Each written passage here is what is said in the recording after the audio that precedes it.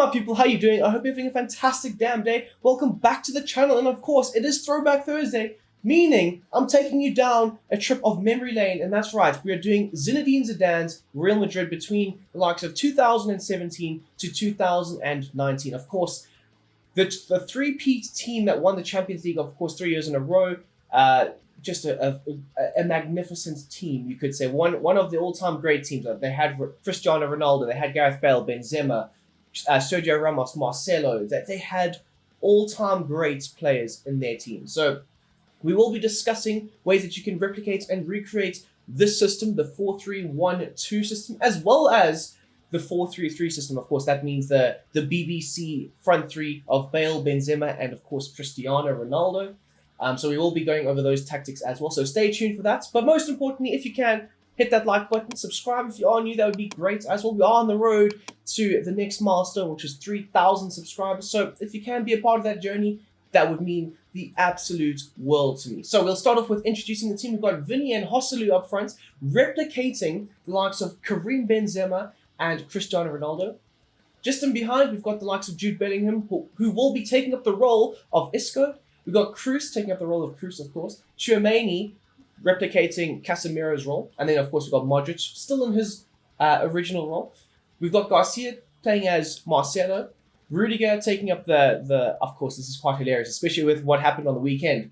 But we've got Rudiger taking up the likes of Sergio Ramos's role as the left-sided centre-back. We've got Militao replicating Rafael Varane. And then we've got Carvajal still playing Carvajal in this system. And then Courtois will replace the likes of Navas. Now, with this formation going forward, of course, it is a 4-3-1-2 system, and that means that we will be playing without a DM. Of course, the Casemiro role, you would say, but he was a DM. The reality is, you want him as that central midfielder so he can have a bit more going forward in terms of his instructions. So, the formation goes like this. 1 goalkeeper, 2 centre-backs, 2 full-backs, 3 central midfielders, 1 attacking midfielder, and then, of course, 2 strikers. So for the tactical vision, I have gone with wing play, and of course, this doesn't really have wingers in it. But what you do want is your fullbacks being very involved in the build-up play. And because you don't have wingers, they will naturally progress and get forward a lot more, a lot higher up the field, and they will look to try and supply your forwards, Cristiano Ronaldo, Karim Benzema, Isco at times, with key potential passes to try and score those goals.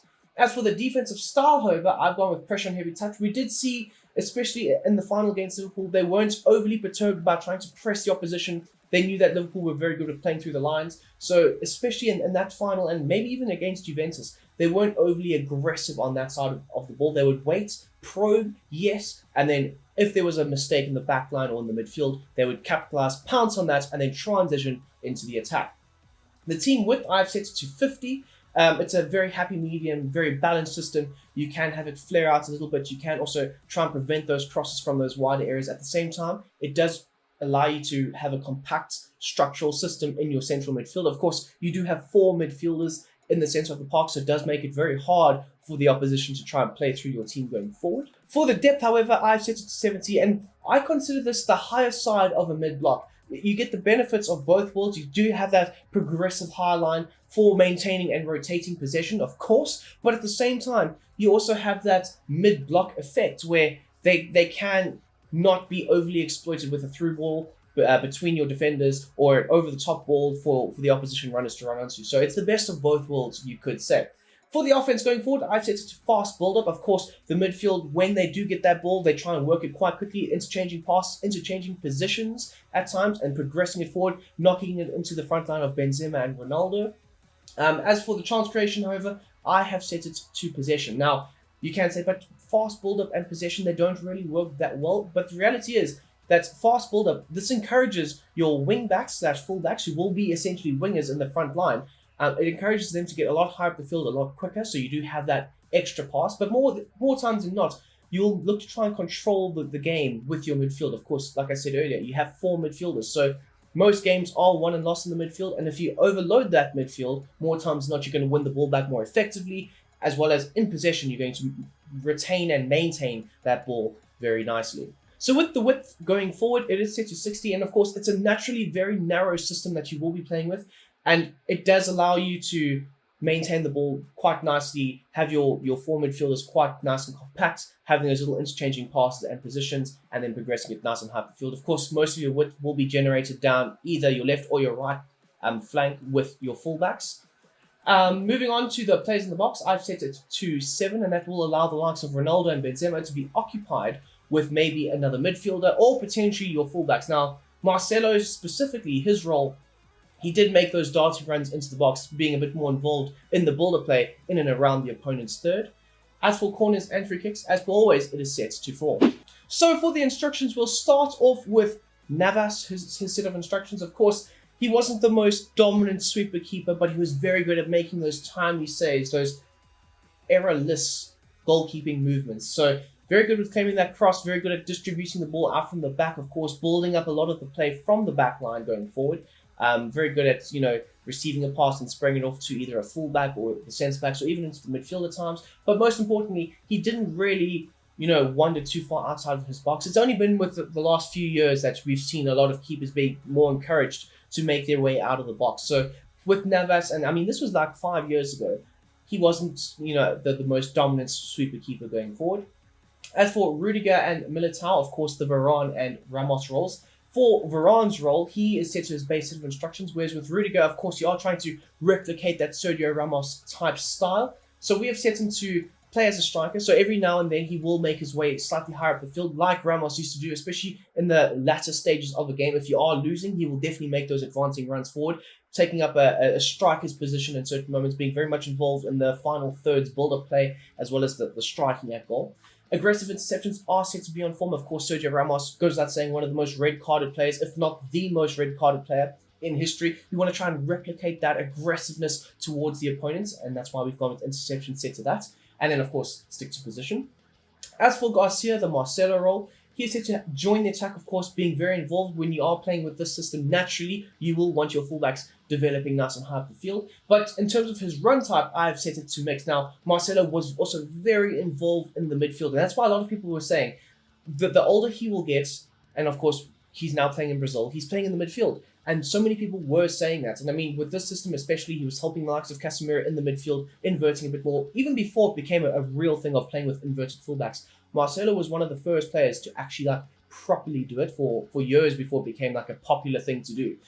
So yes, for his run type, I have it set to mixed. He can also obviously overlap, providing a lot of width down the left-hand side, but more times than not, you do want him to try and be a bit more involved in the builder play in the centre of the park.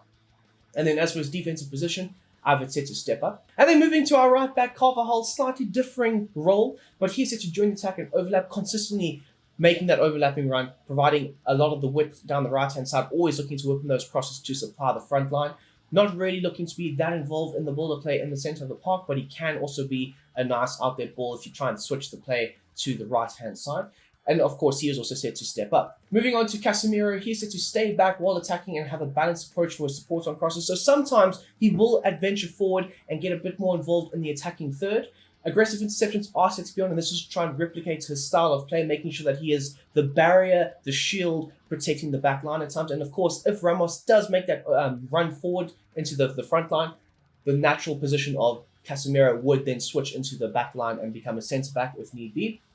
Cover the centre is essential, and then stick to position. Not really being the deep-lying playmaker, he was a very much collect the ball and then pass it straight off to a Kroos or a Modric and have them play those long balls in behind. Of course, he can do that, and he was able to do that, but it wasn't a well-known trait as what it is now for the Manchester United team. Moving on to one of the most famed midfielders of all time, the man who broke the Messi, Ronaldo, Ballon d'Or streak, Luka Modric. He's set to have a balanced attacking support for his attacking support, of course. You want him to be able to get forward, yes, or potentially help the likes of Casemiro with the build-up play going forward, maybe showing for the ball a bit more from goalkeeper restarts, and you do want your two wider central midfielders to get onto the ball a fair amount.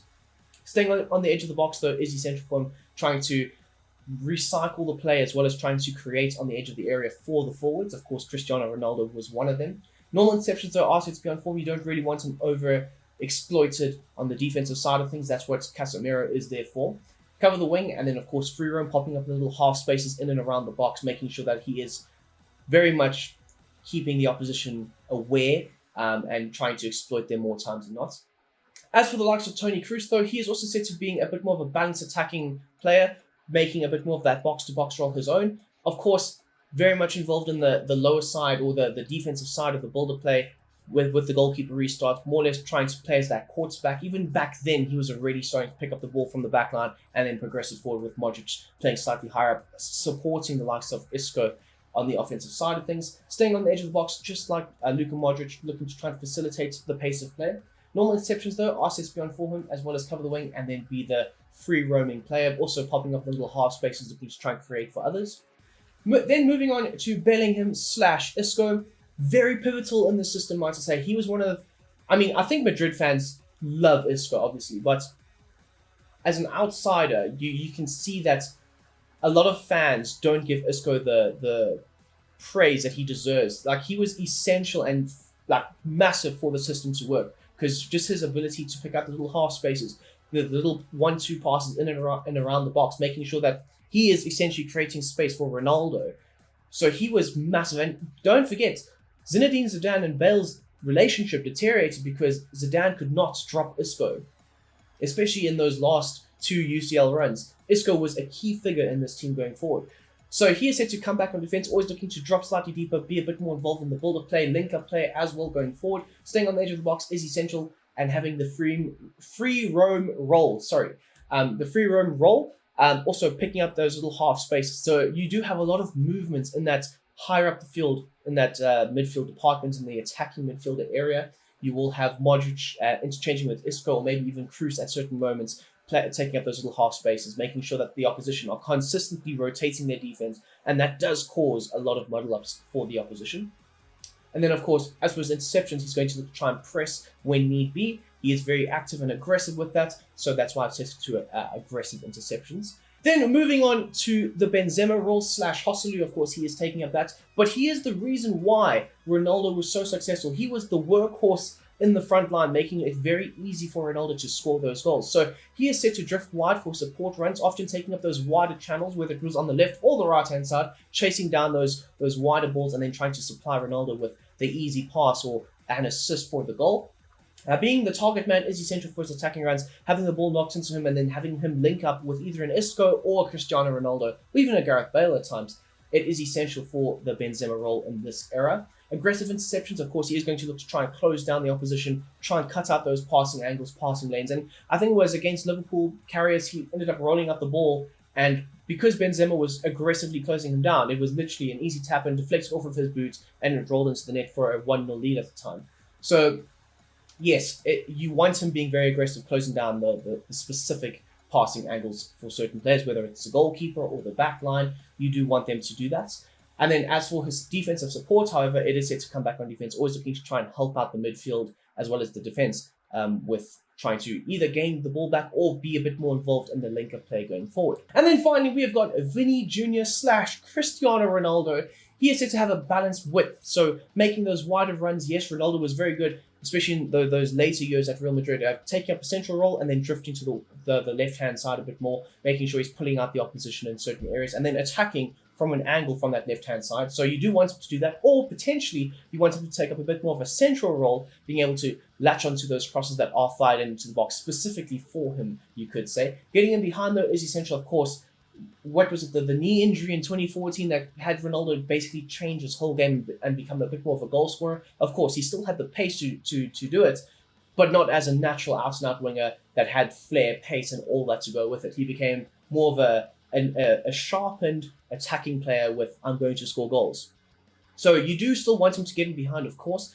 He does have a very good holder play, so he can, drop a bit deep and be a bit more of a target man as well, link up play effectively. He can do that, yes, but more times than not, you do want him making those runs in behind, which is essentially what he did do more times than not.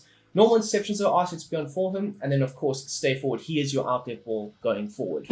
And now we move on to the 4-3-3. Of course, it did change under Zidane, but we will talk about it anyway. I mean, Zidane did fall out with Bale. He preferred Isco as that number 10. He did change the system, but like I say, we will talk about it ever so slightly. So we've got the likes of Vinny, Joselu, and Rodrigo, of course, taking up the roles of Ronaldo, Benzema, and Bale. Then we've got, of course, Modric, Kroos, and then Casemiro in the midfield.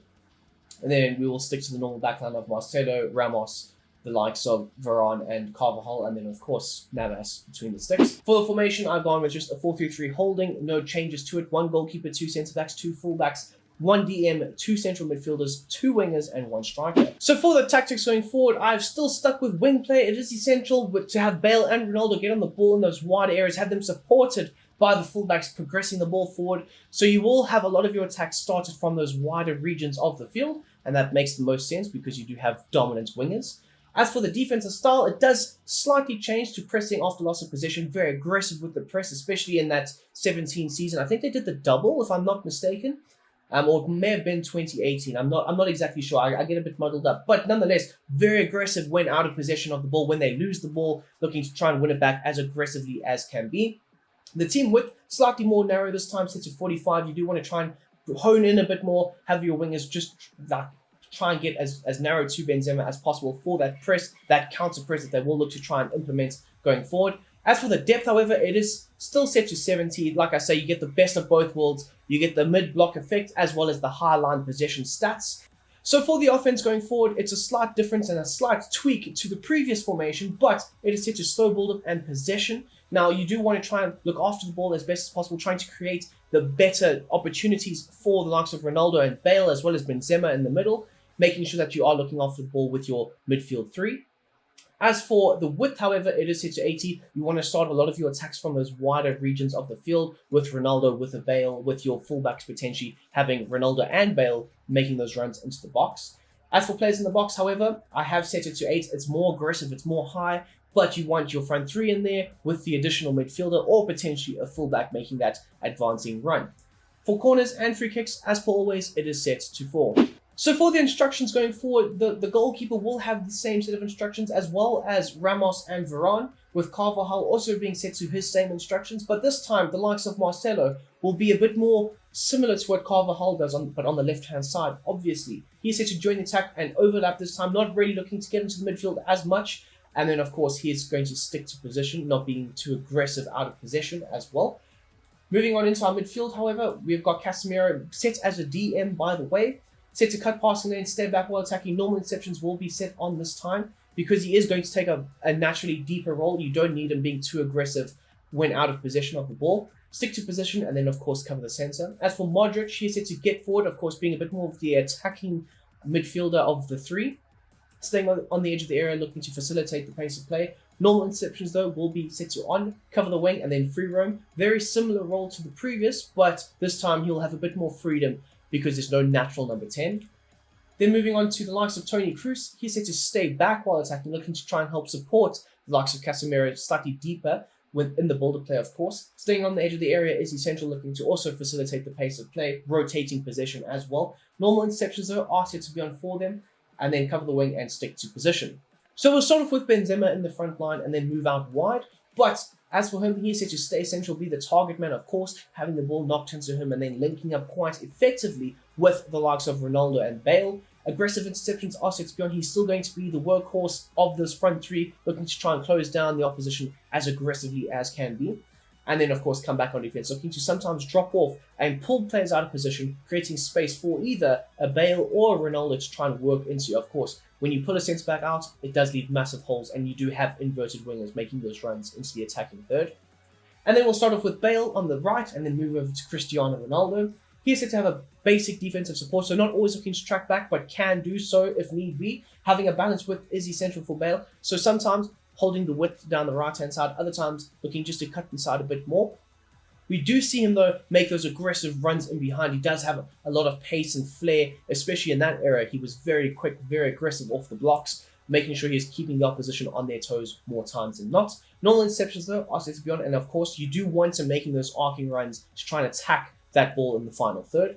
And then finally, we have the big man himself, Cristiano Ronaldo's set of instructions to try and get the best out of him. He's set to stay forward, so never looking to come back or help out the likes of Marcelo. That was the Benzema role. He was looking to always cover for Ronaldo. He's set to cut inside, and I've set him to having a balanced support for his support runs. Now, this is essential because Ronaldo was a very good target man. He could have the ball knocked into him, hold it up very effectively, and then lay it off to a Marcelo or a Benzema, or maybe one of the midfielders.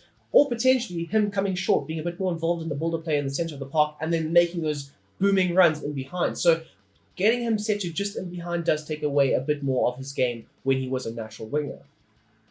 For his interceptions, however, I have set him to normal, and then as for his support on crosses, of course, you want him making those arcing runs, attacking the ball in the final third, and then putting the ball effectively in the back of the net. So yes, my people, that is my version of Zidane's 2017 to 2019 Real Madrid. Of course, we've gone through 2 formations. I hope you have enjoyed it. If you have, smash that like button, subscribe if you are new. We are on the road to 3,000 subs. Fantastic.